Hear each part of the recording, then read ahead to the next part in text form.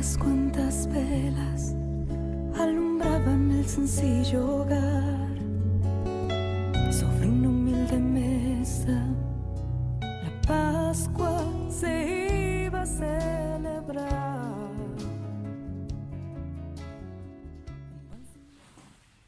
Queridos amigos, una vez más nos encontramos aquí en nuestras sesiones del Diplomado Jesús en los Evangelios. El día de hoy vamos a dedicarnos a ver qué es lo que nos dice el evangelista Mateo, el primer evangelio, respecto de la persona, de la figura, de la misión de Jesucristo, el Hijo de Dios. Antes, para dar un pequeño prólogo, tendríamos que decir que el Evangelio es un texto que ha sido escrito aproximadamente en el año 80, más o menos después de Cristo. Es un texto dirigido a cristianos fundamentalmente de origen judío. Parece ser que la ciudad en que fue redactado el texto es la ciudad de Antioquía, una ciudad también que tenía su importancia en el primer siglo de la era cristiana. Eso para que tengamos una idea general. Y les digo esto porque el evangelista, al contarnos lo que tiene que referirnos de Jesucristo, va a utilizar muchos elementos de la literatura judía. Entonces, uno de los detalles más importantes, sin lugar a dudas, es el uso de las Escrituras, para demostrar que precisamente Jesús es el Mesías esperado. Vamos a dividir nuestra posición en dos momentos. En primer lugar, señalaremos la figura de Jesús como el Hijo de Dios, el Emmanuel, el Mesías esperado. Y en segundo lugar, hablaremos de Jesús como Maestro. Vayamos entonces a nuestra primera sección. Es evidente, queridos amigos de San Pablo, que los evangelios quieren mostrarnos a Jesús como el Hijo de Dios. Eso es de la tradición apostólica. Jesucristo mismo, antes de la tradición apostólica, ya lo enseñó. Ahora bien, los evangelistas, ya con el tiempo y con la asistencia del Espíritu Santo, han podido ya ver algunos rasgos más particulares y cada uno de los evangelistas, pensando en sus destinatarios, ha redactado, ha presentado en sus textos una forma determinada de Jesucristo como Hijo de Dios.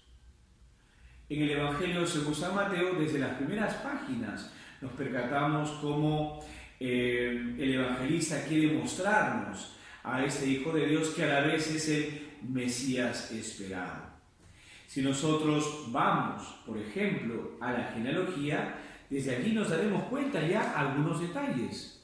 El capítulo 1 y versículo 1 ya nos muestra algunos aspectos de esto que estamos señalando. Fíjense ustedes lo que dice ahí el texto.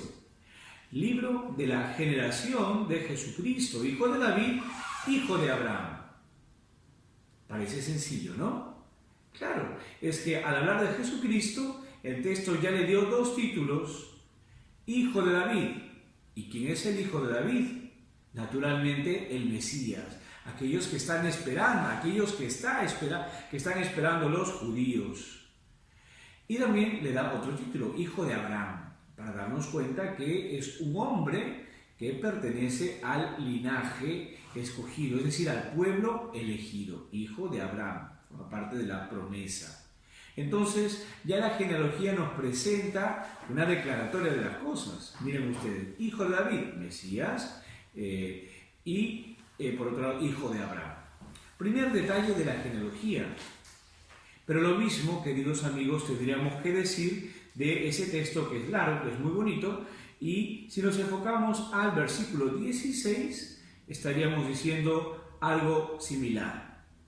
Después de hablar de que A engendra a B, es decir, Fares engendró a Esrom, Aram engendró a Aminadab, Salomón engendró a Roboam, Jotam engendró a Acaz, y una serie de detalles. Al final del versículo 16, hablando de engendró, el versículo 16 del capítulo 1 señala lo siguiente: y Jacob engendró a José, el esposo de María, de la que fue engendrado Jesús, llamado Cristo.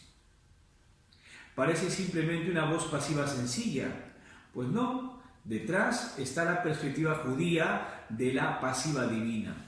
Los judíos no podían pronunciar el nombre de Dios, con lo cual cuando tendrían que señalar alguna acción concreta de parte de Dios, cambiaban el tiempo.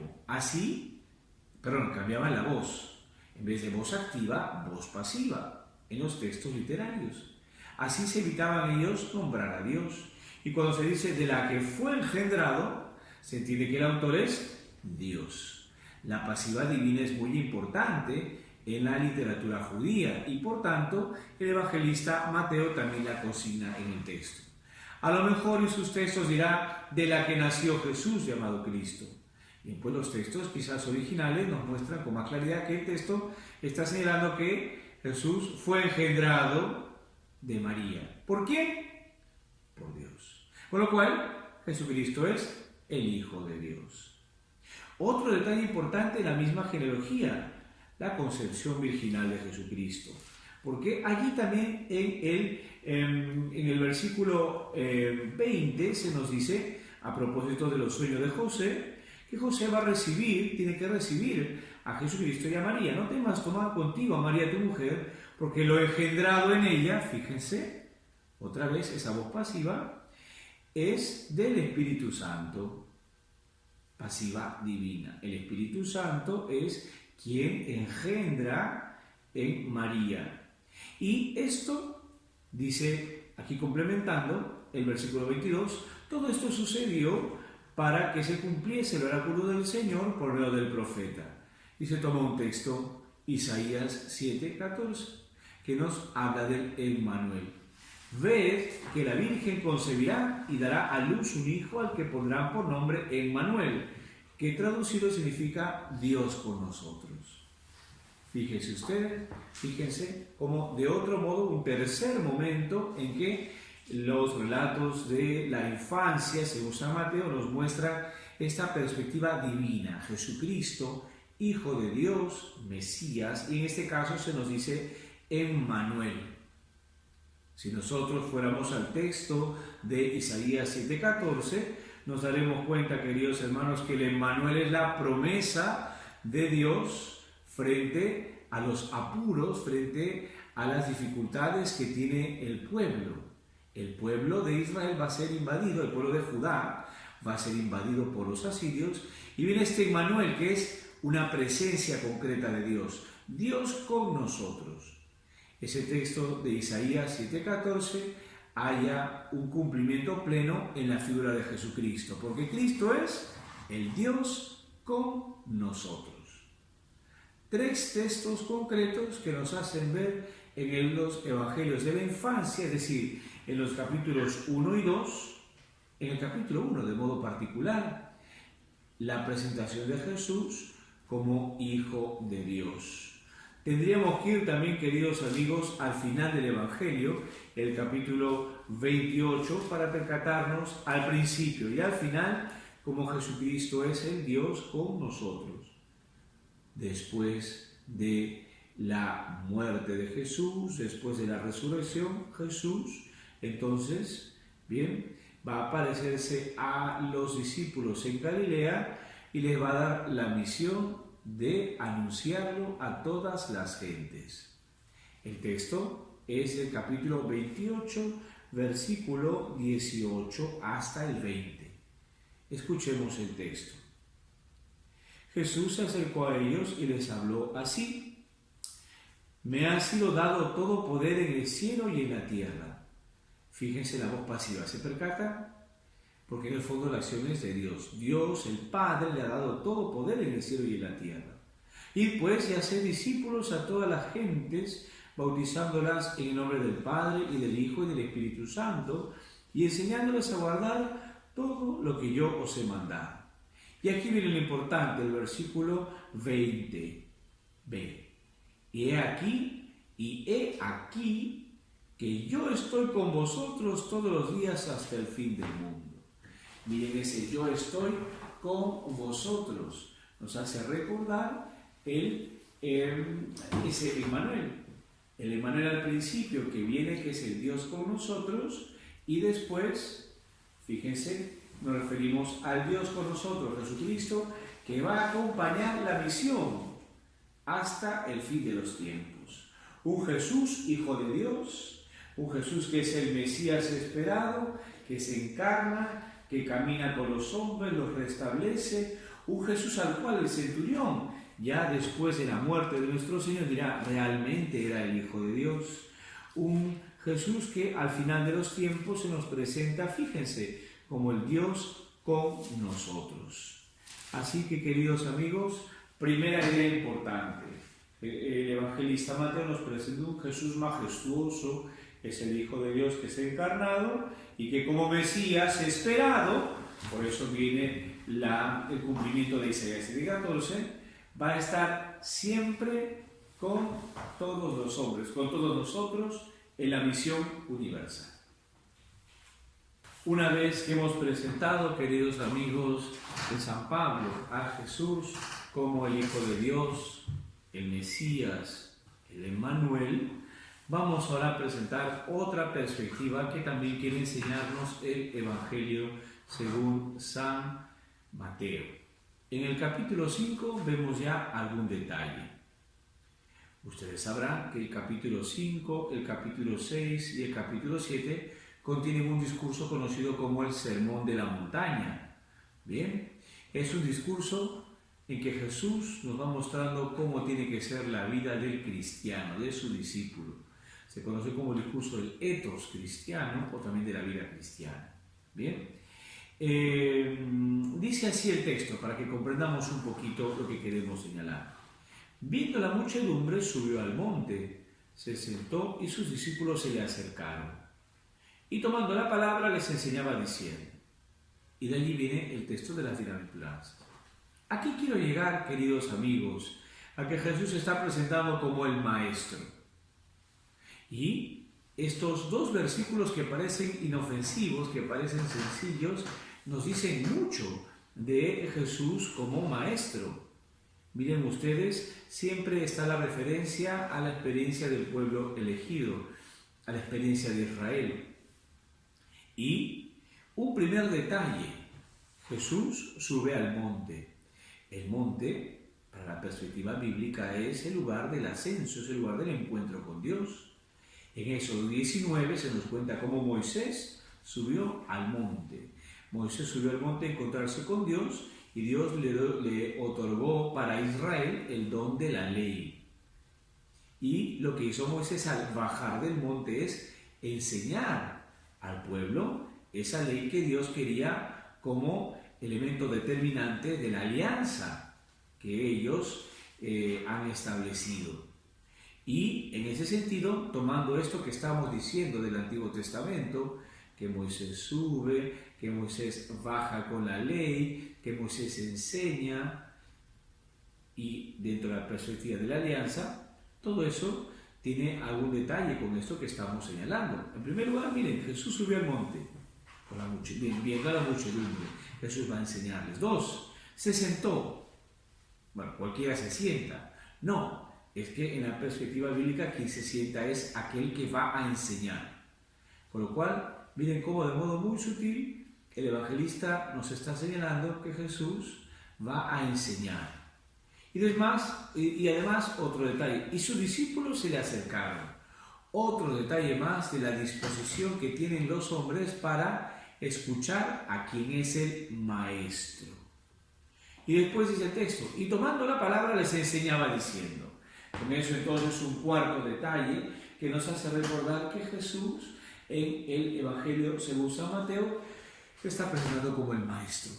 Un Maestro que sube al monte, que se sienta, a que se le acercan los discípulos y en cuarto lugar que toma la palabra para enseñar. Detalle muy importante. Jesús entonces en segundo término se está presentando como el Maestro. La forma de enseñar de Jesucristo es muy similar a la que encontramos en los maestros del tiempo, en los escribas, en los doctores de la ley, en aquellos que se conocen como rabís. Ahora, es verdad, tengo que decirles que hay algunas diferencias. Es verdad, Jesucristo es maestro no porque haya conseguido un título, no porque haya estudiado en una escuela, sino porque es el Hijo de Dios. Otro detalle importante, los maestros de Israel tienen un lugar donde enseñan. Jesucristo más bien parece un profeta, un maestro itinerante. Segunda diferencia. Tercera diferencia, en el caso de los discípulos, de los alumnos, ellos son quienes buscan al maestro. Ahora bien, en el caso de Jesús, Él es el que elige a los discípulos. Tercera variante. Cuarto, después de un tiempo determinado, los discípulos podrían llegar a ser como su maestro. Aquí, en el caso de Jesús, el discípulo nunca llegará a ser como el maestro, porque el maestro es Hijo de Dios. Para que veamos, queridos amigos, algunos detalles, aunque podríamos encuadrar, el evangelista quiere que nosotros veamos eso. Aunque Jesucristo va a presentarse como el maestro, el nuevo, el verdadero maestro, el nuevo Moisés, de todas formas es un maestro muy especial. Ya vimos algunos detalles. Otra cuestión interesante, es un maestro que tiene autoridad, dicen los tres evangelistas. ¿Y en qué radica la autoridad? En que, claro, su origen es distinto. Jesucristo es Hijo de Dios, pero también en que su enseñanza se reafirma a través de milagros. Con lo cual, la forma de enseñar de Jesús es a través de palabras y de obras. Las palabras son amplias, es decir, son extensas. En el Evangelio están agrupadas en discursos. Ahora bien, todos los textos nos van a mostrar que las palabras se van a corresponder con las obras. Las obras van a ilustrar las palabras. Las obras van a confirmar todo aquello que Jesús, como nuevo maestro, está presentando. Y si ustedes se fijan, vamos a darnos cuenta que hay, dentro de esta forma didáctica de presentar a Jesús, nos daremos cuenta que el Evangelio tiene 5 discursos. En primer lugar se encuentra el discurso que ya hemos señalado, el que estamos tomando como punto de partida, el discurso del Sermón del Monte, Sermón de la Montaña, discurso evangélico, discurso de la vida cristiana, como le queramos llamar. Primer discurso, Mateo 5, 6 y 7. El segundo discurso se encuentra en el capítulo 10. Se conoce como el discurso de la misión. Y en ese discurso van a ver ustedes que Jesucristo va a hablar se nos va a presentar todo esto que Jesús enseña en el capítulo 10, desde prácticamente el 1 hasta el versículo final, el 42. A continuación encontramos otro discurso. Encontramos el discurso del capítulo 13, el discurso de las parábolas. Las parábolas de Jesús están agrupadas en el Evangelio en un capítulo, las parábolas del reino. Se encuentran en Mateo 13, desde el 1 prácticamente, queridos amigos, hasta el 52. El cuarto discurso se conoce como el discurso eclesiástico y se encuentra en el capítulo 18, todo él entero. Y el último discurso que encontramos en el Evangelio 5, el quinto, se encuentra entre el 24 y el capítulo 25. 24 y 25. Es el discurso escatológico, el discurso del fin de los tiempos. Miren ustedes de qué modo didáctico Jesús entonces va viendo la muchedumbre, se dirige hacia ellos y les invita a todos estos, les invita a escuchar en primer lugar todas estas enseñanzas. En el capítulo 5 Jesús llama a los discípulos, en el capítulo 10 también, en el capítulo 13, fíjense, Jesús se sienta a orilla del mar y se reúne tanta gente en que Jesús empieza su enseñanza. Eso lo encontramos, miren, en el capítulo 5, que es el inicio del discurso primero, capítulo 10, inicio del discurso, capítulo 13 también. Aquí, en el capítulo 18 también, se le acerca a los discípulos y Jesús empieza a explicarles. Y si vamos al último discurso, al capítulo 24, también estamos hablando de lo mismo. Los discípulos le preguntan, dinos, ¿cuándo sucederá todo esto? ¿y cuál será la señal de la venida y del fin del mundo? Y Jesús les responde. ¿A qué quiero llegar? A que el evangelista nos está mostrando en estos 5 discursos que se le acerca gente, Jesús los convoca y ahí, entonces se le acerca gente y Jesús empieza sus discursos como el nuevo Moisés, de modo especial en el primer discurso. Ahora, esto que estamos diciendo, queridos amigos, se refrenda con los milagros, como les señalaba hace un momento. Si ustedes ven el primer discurso, para ponerle un ejemplo, el capítulo 5, el capítulo 6 y el capítulo 7, bien, después de terminar el discurso, Jesús, según los evangelios, según San Mateo, empieza los milagros. Miren, el 7:28 termina y cierra el primer discurso, miren. Y sucedió que cuando acabó Jesús estos discursos, la gente quedaba asombrada de su doctrina, porque les enseñaba como quien tiene autoridad y no como sus escribas. Y a continuación, el capítulo 8 empieza a hablar de los milagros. Miren, cuando bajó del monte, después de la enseñanza, fue siguiéndole una gran muchedumbre. Seguía enseñando. En esto, un leproso se acercó y se postró ante él diciendo: Señor, si quieres puedes limpiarme. Él extendió la mano y le tocó y le dijo: quiero, queda limpio. Y a continuación, en el versículo 5 también otro milagro. En el versículo 14 también otro milagro. En el versículo 16 un sumario. Al atardecer le trajeron muchos endemoniados. Y así, queridos amigos, fíjense cómo las obras son otra forma en que Jesús va enseñando. Las obras conexas con las palabras. Hay un tema muy bonito, una expresión muy bonita que se encuentra en una constitución dogmática del Vaticano II que se llama de verbo. Ahí el número 2 dice que precisamente el Señor revela con obras, el Señor se manifiesta, Dios se manifiesta con obras y con palabras. Fíjense entonces cómo ese Dios que se revela se está concretando aquí también en el texto. Jesús se muestra con obras y con palabras. Hemos dejado este espacio de nuestra grabación porque quisiéramos resaltar un aspecto muy interesante que nos presenta el Evangelio según San Mateo. Pudimos haber visto alguna cuestión más de Jesús como maestro. Hemos querido sintetizar, queridos amigos, todo esto. Jesús, ya hemos señalado con mucha claridad, Jesús es el nuevo Moisés. Lo vemos porque Él es el que lleva a la perfección, ¿sí?, toda la ley de Dios. De hecho, en el capítulo 5 se nos presenta esa comparación muy concreta. Por ejemplo, en este discurso de la justicia nueva superior a la antigua, que encontramos entre el 5:20 y el 5:48, allí una y otra vez se nos dice: habéis oído tal, pues yo os digo tal. Fíjense, una forma muy concreta de mostrarnos la nueva ley, porque Jesús es el nuevo Moisés. Pero pudiendo de repente profundizar todos estos detalles, les invito a que lo lean. Quisiera que en este último espacio nos centremos en una narración magistral del evangelista Mateo. Y estamos hablando de los capítulos 26 y 27, que nos van a mostrar la pasión y la muerte de Jesucristo. El capítulo 28 nos va a mostrar cómo Jesús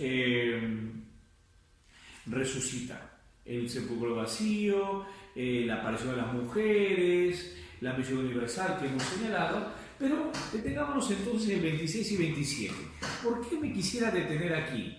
Porque el texto de la Pasión, según San Mateo, nos muestra con mucha clarividencia el aspecto del Mesías sufriente, el aspecto del Hijo de Dios otra vez, y también esa presencia majestuosa de Cristo que va a consumar el día del Señor, del que se estaba hablando otra vez en el Antiguo Testamento. Vayamos por partes.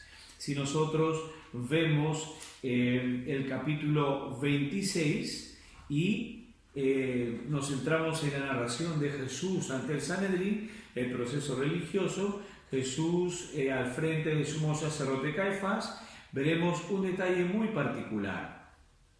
Dice así: después de que están calumniando a Jesucristo, después de que han recordado que Jesucristo ha dicho que puede destruir el santuario y en 3 días edificarlo, el sumo sacerdote le dice con mucha claridad aquí en el versículo 25, perdón, capítulo 26, en el versículo 63. El sumo sacerdote, 27:63, el sumo sacerdote le dijo: yo te conjuro por el Dios vivo. Miren esa expresión que es totalmente un juramento ante Dios. Yo te conjuro por el Dios vivo que nos digas si tú eres el Cristo, el Hijo de Dios. Y aquí con mucha claridad dice el texto. Dice Jesús: sí, tú lo has dicho. Y yo os declaro, fíjense de modo solemne, ¿no?, que a partir de ahora veréis al Hijo del Hombre sentado a la diestra del Padre y venir sobre las nubes del cielo. Entonces el sumo sacerdote rasgó sus vestidos y dijo: ha blasfemado. ¿Qué necesidad tenemos ya de testigos? Acabáis de oír la blasfemia. ¿Qué os parece? Respondieron ellos diciendo: es reo de muerte. Fíjense entonces la declaración de Jesucristo de modo solemne de que es el Hijo del Hombre que va a sentarse a la diestra del poder y venir sobre las nubes, ha supuesto aquí concretamente para los judíos una blasfemia. Pero en realidad, como sabemos nosotros, no es una blasfemia, porque si vamos a Daniel capítulo 7, versículo 13, veremos precisamente lo que nos señala el evangelista Mateo, que Jesús es, ese es el tema, el Hijo del Hombre presentado en Daniel, haya su cumplimiento en la figura de Jesucristo. Jesucristo es el Hijo del Hombre que va a estar sentado a la diestra de Dios, bien, y va a venir sobre las nubes del cielo. Para los judíos es una blasfemia, pero para nosotros, con mucha claridad, se nos está presentando a Jesucristo con esa categoría. Y frente a eso viene el rechazo del pueblo. Miren, entonces, por eso me quería entretener, quería resaltar esto en la narración de la pasión. Con mucha claridad se nos presenta a Jesucristo como el Hijo del Hombre, ese ser no humano, que venía del cielo precisamente para restaurar la paz de Israel, para vencer a los enemigos y poner a Israel por encima. Esa perspectiva Jesucristo la une con la perspectiva del Mesías sufriente. El Hijo del Hombre es aquel entonces que va a venir para rescatar a todos en la muerte, a través de su muerte en la cruz. Mesías, Hijo del Hombre. Primer detalle interesante. Pero vayamos también a otro detalle que también creo que merece la atención, merece la pena resaltarlo. Ya hemos visto algunos temas de la pasión, hemos escuchado también, creo muchas veces, no solamente en Mateo sino en Lucas, como Jesucristo toma el Salmo 22, Dios mío, ¿por qué me has abandonado? Pero esto que vamos a leer en el capítulo 27 me parece también muy interesante y es propio del Evangelio según San Mateo, para mostrarnos precisamente a Jesús como ese Hijo de Dios, Dios verdadero que va a llevar a la consumación del día del Señor. La expresión día del Señor es una expresión también del Antiguo Testamento, de las Escrituras de Israel. Es el día de manifestación final de Dios entre los hombres. Y dice el texto, es el texto de la muerte de Jesús. Escuchemos entonces Mateo desde el versículo 50 hasta, Mateo 27, desde el 50 hasta el versículo 54. Escuchemos a continuación. Pero Jesús, dando de nuevo un fuerte grito, exhaló el espíritu. Jesús murió. En esto, aquí viene lo curioso, el velo del santuario se rasgó en dos, de arriba a abajo. Tembló la tierra y las rocas se hendieron. Se abrieron los sepulcros y muchos cuerpos de santos difuntos resucitaron. Y saliendo de los sepulcros después de la resurrección de él, entraron en la ciudad santa y se aparecieron a muchos. ¿No les parece raro toda esta narración? Se la repito, ¿ah? En esto, después de la muerte, el velo del santuario se rasgó en dos, de arriba a abajo. Tembló la tierra y las rocas se hendieron. Se abrieron los sepulcros y muchos cuerpos de santos difuntos resucitaron. Y saliendo de los sepulcros, después de la resurrección de él, entraron en la ciudad santa y se aparecieron a muchos. Es un poco raro lo que encontramos aquí, pero es muy interesante. ¿Qué supone esto de que se rasga el velo? ¿Sí? El velo del santuario, ¿bien?, es ese velo que separa al templo y el santuario, la parte más íntima, de una parte en que nadie entra, solamente el sumo sacerdote. ¿Bien? Entonces, la cortina cerraba precisamente, ¿bien?, a esa parte y la hacía muy íntima en el templo. ¿Bien? Entonces, separa lo que conocemos nosotros el santo de los santos. Y entonces, fíjense, ese rasgar de velo que supone. Supone comprender entonces que ahora, después de rasgarse el velo y no haber nada detrás, hay una nueva presencia de Dios. ¿Y cuál es la nueva presencia? Cristo. Cristo es el nuevo templo, el nuevo santuario, el nuevo ámbito de encuentro entre Dios y el hombre. Un detalle muy interesante que resalta la naturaleza divina de Jesús. Sintetizando, el rasgar el templo supone que hay ahora una nueva presencia, ya no la presencia del templo, sino una nueva presencia de Dios mirando a Cristo. Cristo es la nueva presencia de Dios, el santuario para todos los hombres. Pero no solamente eso es importante, otro detalle más. ¿No les parece raro que tiemble la tierra, que las rocas se hendieran, que se abran los sepulcros, que muchos cuerpos de santos difuntos resucitaron? Fíjense que a través de estas manifestaciones extraordinarias, bien, se está anunciando algo especial. En el Antiguo Testamento los profetas anuncian a través de estas señales y otras el día del Señor.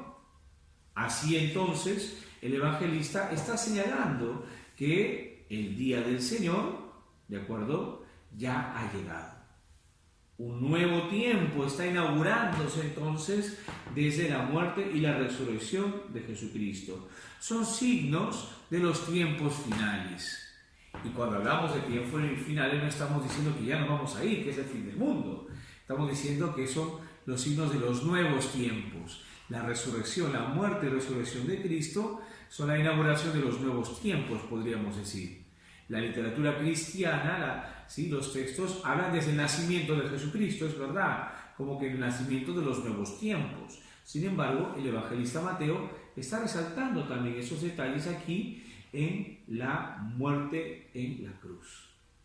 ¿Cómo no vamos a pensar que detrás el apóstol y evangelista quiere mostrarnos a un Jesús divino, a un Jesús majestuoso, el Hijo de Dios que lleva a cumplimiento, fíjense, todas las promesas del Antiguo Testamento?